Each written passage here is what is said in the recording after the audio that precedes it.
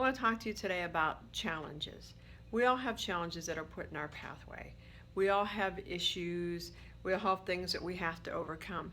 None of us were born a Disney princess because if you were, you would have no challenges. But because we're not, we all do.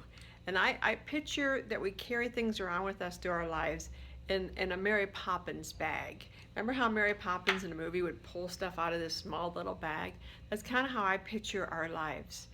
It's time for us to reflect on our past, we have to open up this bag and start pulling stuff out. And when I had to finally reflect on my life, when my life had crashed and burned and there was nowhere, no way or nowhere but up, I had to open up the bag and I had to look at everything. I had to look at the fact that I had been molested since my earliest memory until I was 11 or 12. I had to look at the fact that when I was all the way up until the ninth grade, I was considered to have a speech impediment and I couldn't say my R's and my S's. So for 1 week every year in class, I would have to go to speech class and learn how to say Rudy Rooster and Silly Sally. And I said that forever until the ninth grade when I said enough. I'll deal with the speech impediment on my own. I'm good with it. But I'm from the generation that when you got pulled out of class, you were considered special, if you know what I meant or what I mean. So there was a lot of harassment and a lot of people telling me you're not smart enough, you're not good enough, don't bother doing it because obviously you're not smart because you can't say your R's, your S's. In sixth grade, one day when I was returning from speech class, I had PE. And the PE teacher at the time had this ingenious idea to have PE outside in the dead of winter, because I'm from Pittsburgh, in the dead of winter. And when I got there, she, again, because I was special, just said, just catch up with the rest of the guys. And they were running. Who runs on cement in December? God only knows.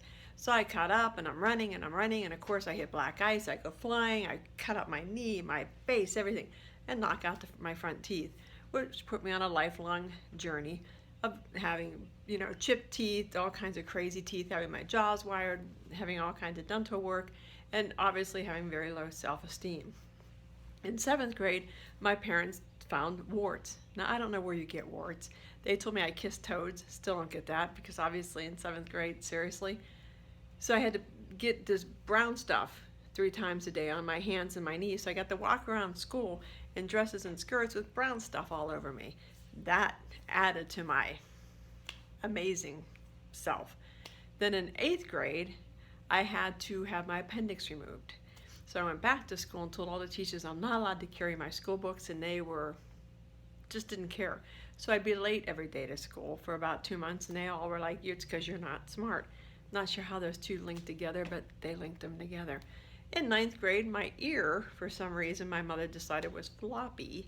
So I had to have plastic surgery on my ear, so I got to walk around for 2 months with this ear thing. So I have all this stuff running. So of course, I turned to alcohol and drugs, do all that stuff, graduated in the bottom 5% of my class, bottom 5. And I'm convinced they graduated me to get me out of the school, just to be done with me. So got accepted to college, surprisingly, and my parents said, no, absolutely we won't pay, we'll pay for you to go to secretarial school. That was their opinion of me. You might make a good secretary. Go get married, have somebody take care of you. That wasn't my opinion of me. I knew I was here for something more. So I joined the military, became a medic, went down that path, went to school, got my degree, but I still had all these demons. I hadn't done any personal work, and you've got to work on your inside. You got to work on your mind before you can have the life you dream about. So eventually I end up homeless. I was making $45,000 a year, which back then in the 80s was great money, and I'm still homeless because I hated myself. I didn't know how to manage myself. So I moved in with this guy who had, an empty room in his house, and it worked out really well because I ended up marrying him, and we've been married for 30 years, so that worked out well. And I opened up my Mary Poppins bag, and I took out each thing, and I looked at each situation, each instance, and healed it, and worked on it, until now I stand before you. I have a mid-6-figure income. I'm a CEO of a trade association. I've started a few very successful businesses. Life is great. I'm happily married. I've got a great child, a great daughter. I got a great Rosie the Bulldog. You can heal yourself. I believe that we all have our personal blue rose. I believe we all have our personal reason for being here. I believe that Spirit created each one of us with our personal blue rose for us to decide what it is. I believe that if you want something with conviction and courage, you will get it. And I believe more than anything in the world, like Glenda said, and I hate to use a cliche to wrap this up, but I will, you had the power all along. You have the power. You just need somebody to help you bring it out. And let me help you. Talk to you later. Have a great day. Bye.